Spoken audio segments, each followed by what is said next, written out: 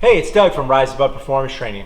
So I'm going to do a little follow-up to the video I did last month about what age should your child start training. So I gave a good age, about 12 or 13 would be a good age to start because they're getting into high school, they're getting a little more serious about their sports. It's good to have a good foundation on strength and conditioning.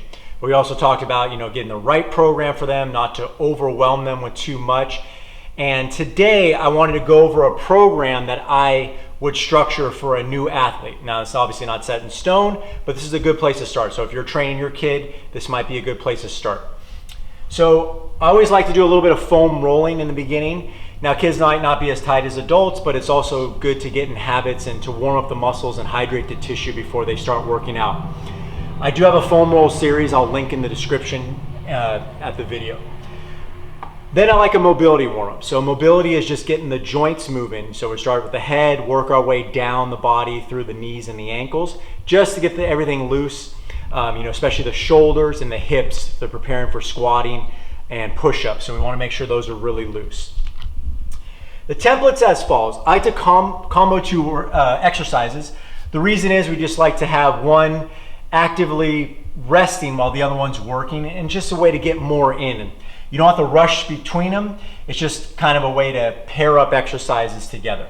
So I usually start with a lower body warm-up and an upper body warm-up. These are very low-level exercises that prime the body for movement.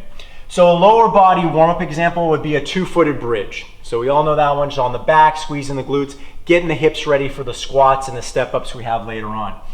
An upper body warm-up would be band pull-apart. So just getting the shoulders moving, getting the back moving, opening the chest up, just again, so we're ready for the other exercises.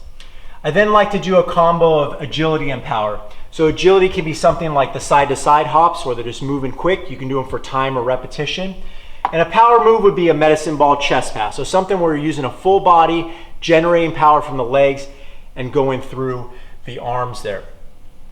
The next block I call a double lower. So a double lower would be a two-footed leg movement.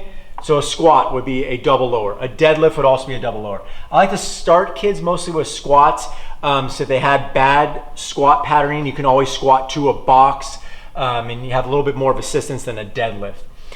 An upper body pushing movement. So I have the push up here. So again, you can also start on a bar or something elevated to make sure that your child is in a good push-up position and is successful with the movement. I then move down to a single lower body and an upper pull. So a single is a single side. So it could be a lunge. In this case, I have a step up. I generally start with step ups before lunges. They just seem to work a little bit better in terms of the child getting it a lot quicker. And then a dumbbell row. It could be a TRX row. I just put dumbbell row because it's a single side. It doesn't have to be a single side, but I like getting the back, opening up the chest, and obviously working those back muscles. The last pair is some type of core exercise and conditioning. So core exercise, I generally start with some type of plank. Front plank is a good way to do it. And then the conditioning would be the jump rope. So they would do a plank maybe for 30 seconds, and then they would do the jump rope 20 skips or 30 skips. Generally speaking, 3 sets of 8 to 15 reps is pretty good. How I like to set it up, let's say there's a body weight movement.